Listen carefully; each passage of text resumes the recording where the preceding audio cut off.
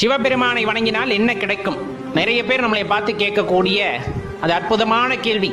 ஏன்னா எதற்காக பல பேர் கோயிலுக்கு போறாங்க அப்படின்னா அவங்களுக்கே தெரியல. போய் கடனை அடைத்து கொடு ஆண்டவான்னு வாங்கறது, நம்ம வாங்கிறது, அடைத்து கொடு அப்படின்னு கேட்கறது. அட அப்படித்தான் கேட்கறியே, கர்ம வினையை அடைக்கக்கூடிய வழியை கேட்கிறியா? அதுவுமே கேட்கறது இல்லை. அதே போல பொருள் வேண்டும், சொத்து வேண்டும், நகை வேண்டும், ஆடம்பரமான வாழ்க்கை வேண்டும் என்று போய் கேட்கிறார்கள். அந்த வீடு பேர் இன்பம்னா என்னன்னே தெரியறதில்லை. அதனால இதெல்லாம் போய் கேட்கறவங்க நம்மளே பார்த்து கேட்கறது, சரி ரொம்ப காலமா சிவபெருமான வழிபடுறியே, அவர் உனக்கு என்ன கொடுத்தார் அப்படின்னு கேட்கறது. ஐயா நல்லா தெரிஞ்சுக்குங்க ஐயா, என்ன கொடுத்தாருன்னா அப்பா அம்மா இந்த உடலுக்கு வைத்த பெயரை மறக்க செய்து ஏகாந்த நிலையில் இருக்க செய்தார்.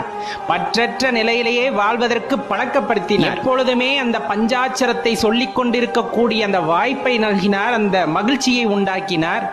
எந்த நேரத்திலும் அவரை நினைவை மறக்காத உள்ளத்தை கொடுத்தார். ரொம்ப முக்கியமான விஷயம்.